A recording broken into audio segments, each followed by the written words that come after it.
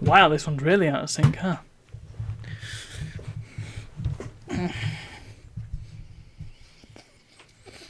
Throwback Thursday, friends. Today I'm going to talk about a controller that is maligned. Maligned, I say. I believe this controller came up in my top 5 controllers, but I'm going to talk about it again just because I want to. And there's a bit of a story behind this one. Not much of a story, but a bit of a story.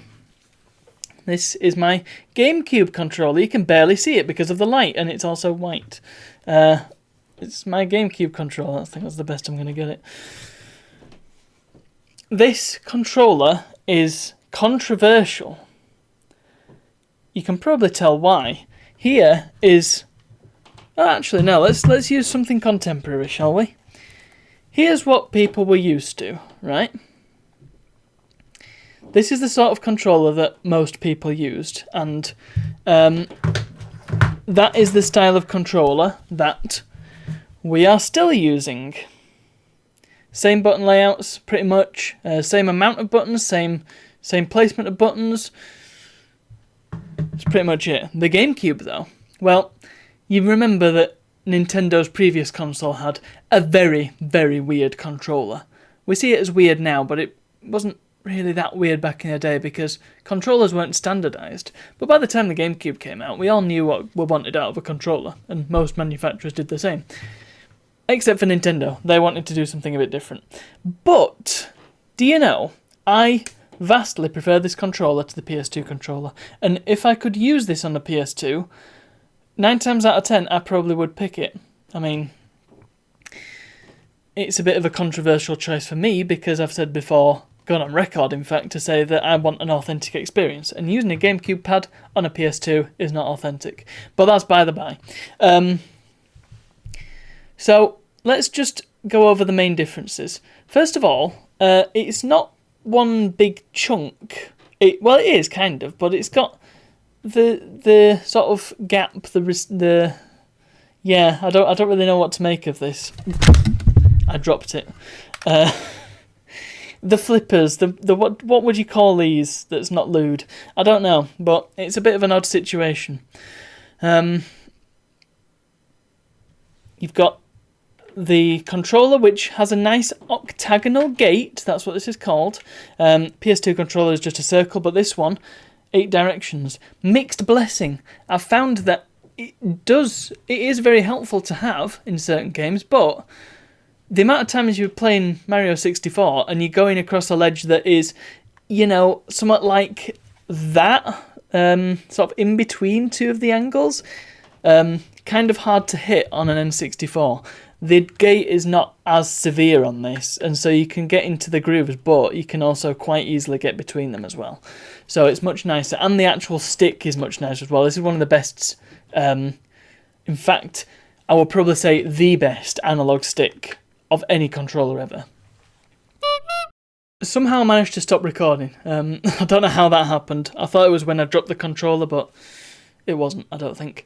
Anyway, back to where I was. So, I think I was just saying that this is my favourite analog stick ever, and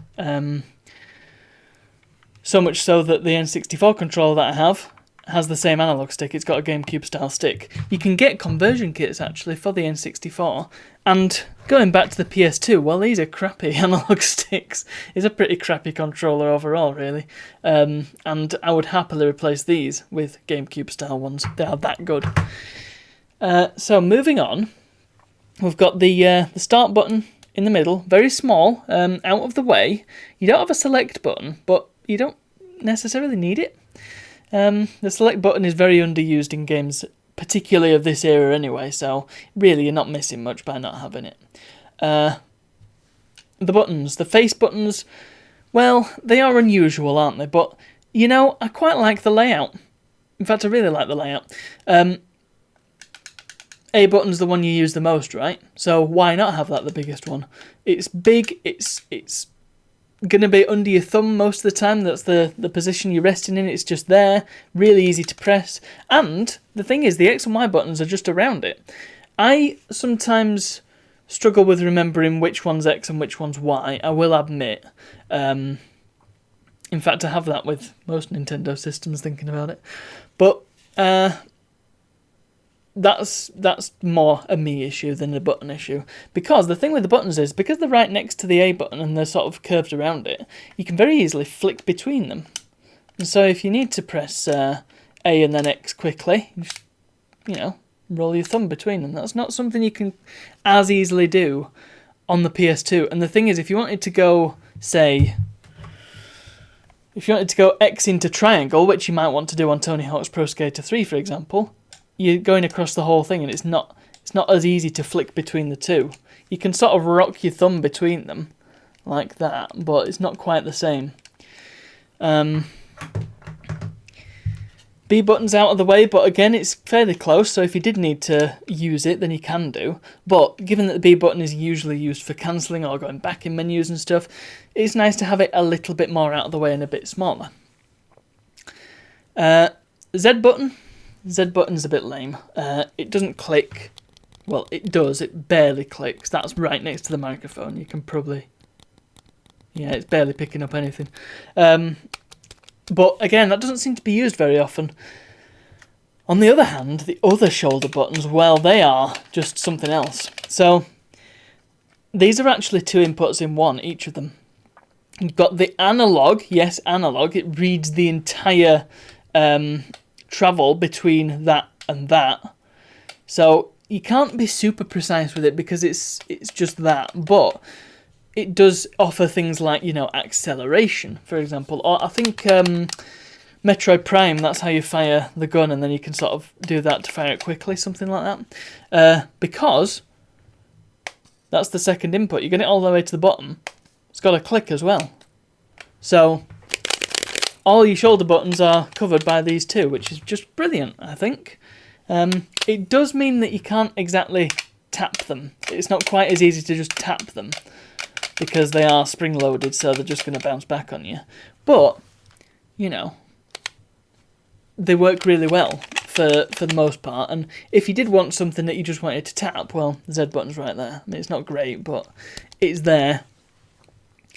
Now we come on to the less good aspects of the GameCube pad, because, well, once again, let's bring out the... I don't have a SNES controller to hand, that would be a great comparison, but PS2 controller, D-pad right there, not a great D-pad, but it's serviceable, and it's quite big, it's good for your thumbs, and it's in a nice place. GameCube pad,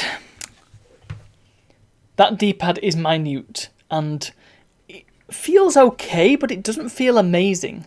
It feels very much like an afterthought. Very few games use the D-pad. And I think that's less because the D-pad...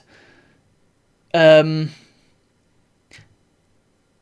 think that's less because they didn't want to use the D-pad, and more because the D-pad just isn't very good. It feels like it's been ousted. So, I'm not happy with the D-pad. I do like to use the D-pad in many situations. Prefer it over the analog stick for many things, like platformers, for example. You don't need the fine movement, you just want yes or travelling or not travelling, basically. So the D-pad is ideal for platformers, and they just don't give you much of one at all. I guess 2D games weren't a massive thing on the GameCube, so it's not a huge deal, but, give us a nice D-pad, will you? And the same goes for this joke of an analog stick. This is kind of... it's not really before the era of dual analog sticks. And once again, we go back to Metroid Prime, that used this for aiming. It's not great. It's just kind of this little stubby thing. Having another one of those would have been lovely. And it's in a nice position as well. It's an idea that the Xbox controller nicked, in fact. The offset sticks. I do like that as a concept, but give us a proper stick. It's not terrible, I have to say. It does feel nice. It's a nice rubbered finish. And once again, it's got the nice octagonal gate. But I just feel like they could have put a normal stick on there and that would have been fine. Anyway, overall, I really like this controller. It's lovely and ergonomic. It feels really nice in the hand. there's few controllers that I can say feel as nice as this one. Once again, you've got easy access to all the buttons. The shoulder buttons are just there. That one's easy to press. Everything just feels great about this controller. Well, if you wanted to use the D-pad, it's not super comfortable to use, but well, the thing is, you won't want to use it because it's so crap. The C button, the C stick is right there. That's really nice. It feels so good to hold in your hand, and it's such a nice shape. I like this controller. Now, the other point I wanted to make, just quickly because I'm running over, is this is a very special GameCube controller. I don't know exactly how an original GameCube controller feels, because this is mine. This is from the Wii U era. Yeah, the GameCube pad is such a... It's funny, isn't it? A lot of people... I say it's a maligned controller because a lot of people say, oh, what a stupid controller. Look at the Fisher-Price buttons and all that. And yet Nintendo are still making these darn things because people want them. This thing is fantastic for Mario Kart Wii and Super Smash Brothers. I can't consider myself playing these games on anything other than this controller because it feels so nice. And, well, it does connect. I don't think it connects natively to the Wii U. I think you needed an adapter for that, but it does connect straight to a Wii and a GameCube because it is just a GameCube controller. And I believe even the modern ones that they're still making, I want to say some of them are just Switch Pro controllers, so the wireless, which is nice. But I want to say that they're still manufacturing them with the original GameCube connector, which is even better. Kinda wish, once again, I could use this on the N64. How good would that be? There was probably an adapter or something I could get, so that's a non-issue, really. And again, wouldn't be authentic. And yeah, it was, as you can probably tell, it was made to coincide with the release of Super Smash Bros. 4. So that's my very special controller. Best bit is I've got two of them. I've got a black one as well. Japanese exclusive. I can't remember where I got it now. I want to say... Did I get them off PlayAsia or something? Or did I just get them off Amazon? Probably Amazon at the time. Yeah, I love the GameCube controller. It's brilliant. And with a few little tweaks like the D-pad and the C-stick, it would be the perfect controller. As it is the almost perfect controller. And if I'm playing FPS, I'm using a keyboard and mouse. And if I'm playing a 2D platformer, chances are I'll probably want something like a SNES pad. So, different controllers for different purposes. I could even go with the Saturn pad for 2D platformers. That would be ideal. Anyway, I've talked long enough now, so I'm going to finish it there. Thank you so much for watching, and I'll see you all tomorrow.